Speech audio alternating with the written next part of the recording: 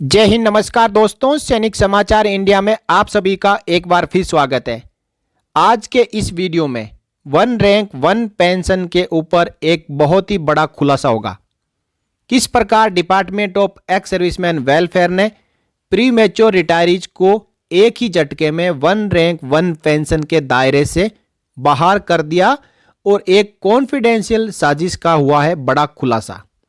चर्चा करेंगे आगे इस वीडियो में हम 7 नवंबर 2015 के लेटर और 6 जून 2017 के लेटर के साथ एक कॉन्फिडेंशियल लेटर पर भी।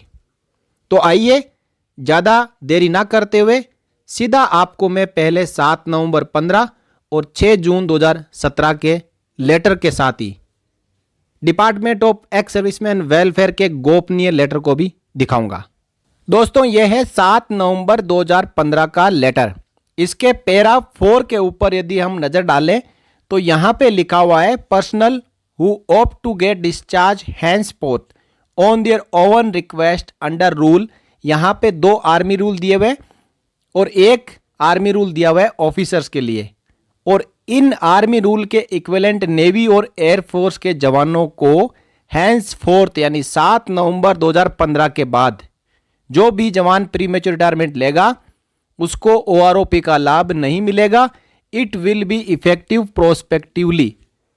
अब ये 7 नवंबर 2015 में जो जेसीओ एंड ओआर के लिए 2 आर्मी रूल दिए हुए हैं, इन आर्मी रूल में एक अमेंडमेंट लेटर जारी हुआ था 6 जून 2017 को। तो हम उस लेटर के ऊपर भी नजर डाल लेते हैं। यह है 6 जून 2017 का लेटर। यह एक कोरेजेंडम जारी हुआ था 7 नवंबर 2015 के लेटर में, और इसके अंदर जो आप देख पा रहे हैं यहाँ पे कि 7 नवंबर 15 में 2 आर्मी रूल थे, उनकी जगह 6 जून 17 के लेटर के अनुसार 3 आर्मी रूल को यहाँ पे शामिल कर लिया गया। इसमें एक आर्मी रूल को सेम रखा गया, लेकिन जो 13-3-1-4 था उसकी जगह 13-3-2-1-B और 13-3-3-4 इन आर्मी रूल को शामिल कर लिया गया। इसका मतलब यह है कि 7 नवंबर 2015 के बाद इन तीनों आर्मी रूलों के तहत यदि कोई भी जवान प्रीमेच्योर रिटायरमेंट लेके पेंशन आया हो तो उसको ओआरओपी का लाभ नहीं मिलेगा। लेकिन 6 नवंबर 15 तक जितने भी प्रीमेच्योर रिटायरीज आए हैं, चाहे वो किसी भी आर्मी रूल में आए हैं, उनको ओआरओपी 1 में शामिल किया गया था। अब मैं आप सबके सामने उस कॉन्फिडेंशियल साजिश का खुलासा करूंगा जिसके कारण जितने भी प्रीमेच्योर रिटायरीज थे उनको ओआरओपी से बाहर कर दिया। दरअसल सीजीडीए ने जैसे ही ऑनरेबल सुप्रीम कोर्ट का 16 मार्च 2022 को फैसला आया तो सीजीडीए ने department of ex serviceman welfare को एक लेटर लिखकर ओआरओपी 2 के बारे में कुछ एक क्लैरिफिकेशन जानना चाहा, और उन्हीं क्लैरिफिकेशन में एक क्लैरिफिकेशन था कि 1 जुलाई 14 से लेकर 6 नवंबर 15 के बीच में जितने भी प्री मैच्योर रिटायरीज आए हैं उनके लिए ओआरओपी 2 में क्या प्रावधान है। उस क्लैरिफिकेशन का जो पूछा गया था सीजीडीए की ओर से, department of ex serviceman welfare ने जो जवाब दिया, उसी जवाब के कारण जितने भी प्री मैच्योर रिटायरीज थे 1 जुलाई 14 के बाद में जो रिटायरमेंट आए थे उन सबको एक ही झटके में ओआरओपी के पूरे प्रीव्यू से बाहर कर दिया। और यह एक सीक्रेट प्लान था जिसका खुलासा इस कॉन्फिडेंशियल लेटर के जरिए हुआ है। तो मैं आपको सीधा उसी पॉइंट पे लेकर चलता हूं जहां पे यह क्लैरिफिकेशन सीजीडीए द्वारा पूछा गया था।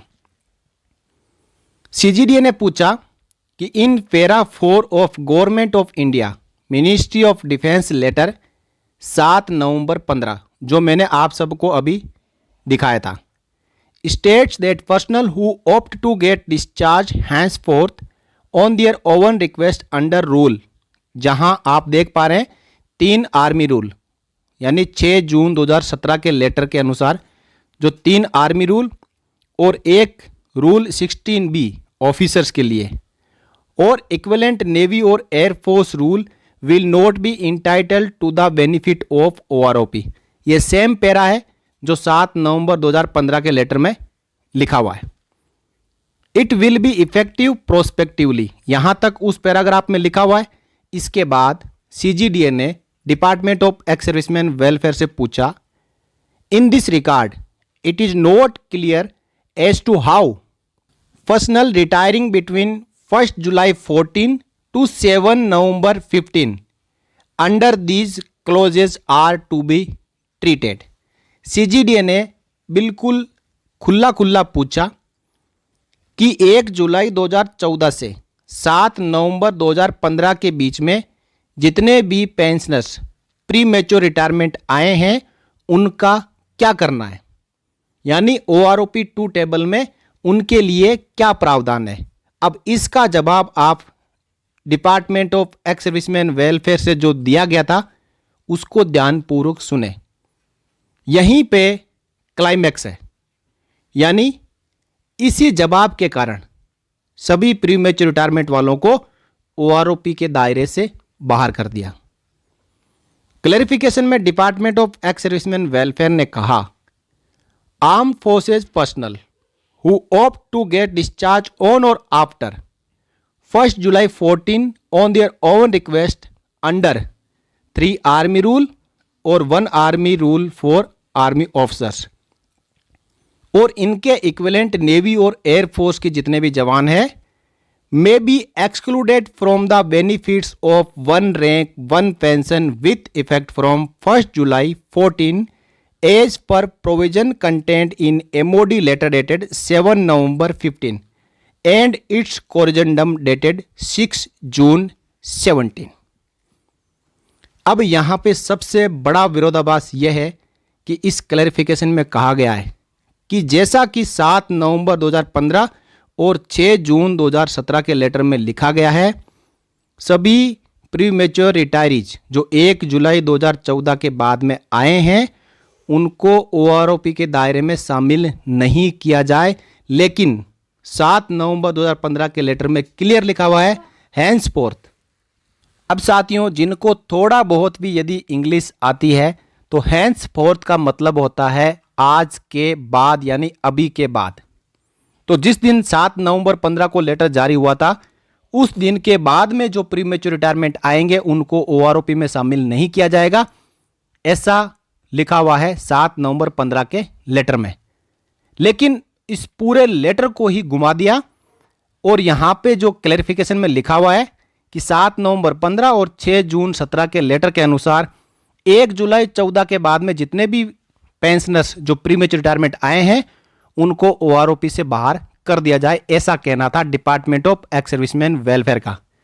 और यह क्लैरिफिकेशन जा चुका था CGDA को, और इसी के अनुसार CGDA ने अपनी टेबल्स जारी की जिसमें 1 जुलाई 14 के बाद में जो भी प्रीमेच्योर रिटायरीज आए हैं उनको OROP से बाहर कर दिया। हालांकि ऐसा कहना है इंडियन एक्स सर्विसमैन मूवमेंट का कि 1 जुलाई 14 और 7 नवंबर 15 के बीच में जितने भी प्रीमेच्योर रिटायरीज आए थे उनको OROP 1 का लाभ तो दिया गया, लेकिन OROP 2 के दायरे से बाहर कर दिया गया। यह लेटर साथियों ऑनरेबल सुप्रीम कोर्ट के जजमेंट आने के बाद जारी किया गया था department of ex serviceman welfare की ओर से, और यहां पे आप तारीख भी देख पा रहे हैं, इसमें डेट भी लिखी हुई है 8 अप्रैल 2022 को। और यह लेटर किस लेटर के जवाब में लिखा गया वो भी मैं आपको दिखा देता हूं। यहां पे लिखा हुआ है CGDA का लेटर नंबर 9 दिसंबर 21 और 22 मार्च 22।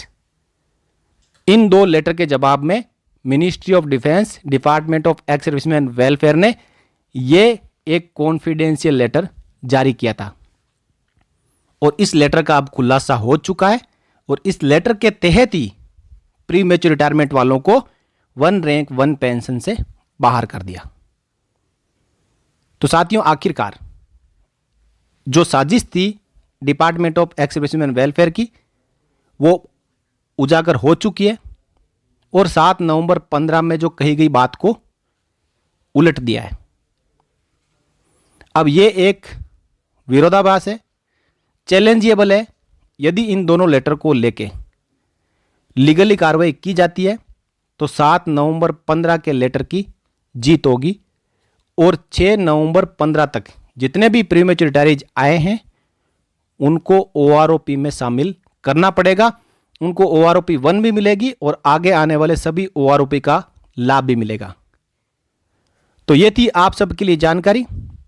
वीडियो आपको अच्छा लगा हो तो लाइक और सभी प्रीमेच्योर रिटायरमेंट वालों की जानकारी के लिए शेयर कर सकते हैं। अगले वीडियो में फिर मिलेंगे, तब तक के लिए जय हिंद, जय भारत, वंदे मातरम।